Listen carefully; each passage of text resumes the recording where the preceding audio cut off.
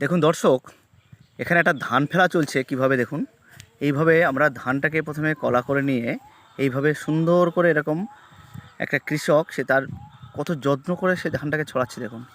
এই একটু ধান থেকে, অল্প একটু ধান থেকে ধরুন একটা, ধরুন একটা 5 কেজি ধান যদি হয় কথার কথা, তাহলে এটা কিন্তু আপনার 15 কেজি এতে জমিতে 15 বিঘা, এই 5 বিঘা জমিতেই চাষ হবে, তাই তো?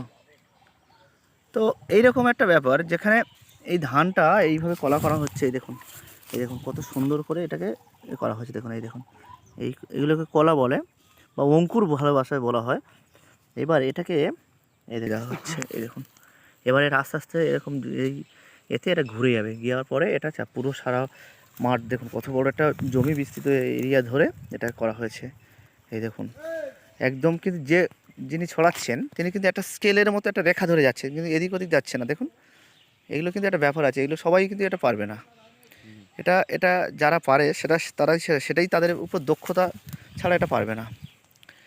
তিনি কিন্তু বেশি এদিক ওদিক করছে না, বেশি কাদায়ে করছে না, দেখুন তিনি একটা লাইন ধরে যাচ্ছে এবং সুন্দরভাবে ধানগুলো পরপরভাবে ছড়িয়ে দিচ্ছে। এবং এমনভাবে তিনি ছড়াচ্ছেন, প্রতিটা ধান দেখছেন, লক্ষ্য করুন যে ধানগুলো কিন্তু ওর মধ্যে গেঁথে যাচ্ছে, দেখছেন? মানে গেঁথে যাচ্ছে, মানে খুব সহজেই ওগুলো শিকড়গুলো ধরে নেবে, দিয়ে গাছগুলো কিন্তু উপরে আস্তে আস্তে উঠতে শুরু করবে। এই দেখুন, আমি আরও কাছ থেকে দেখার চেষ্টা করছি, দেখুন, দেখতে পাচ্ছেন?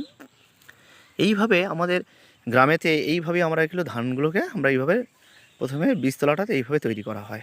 ধন্যবাদ বন্ধুরা। নেক্সট ভিডিওতে আমরা পরবর্তী পার্টটা দেখাবো।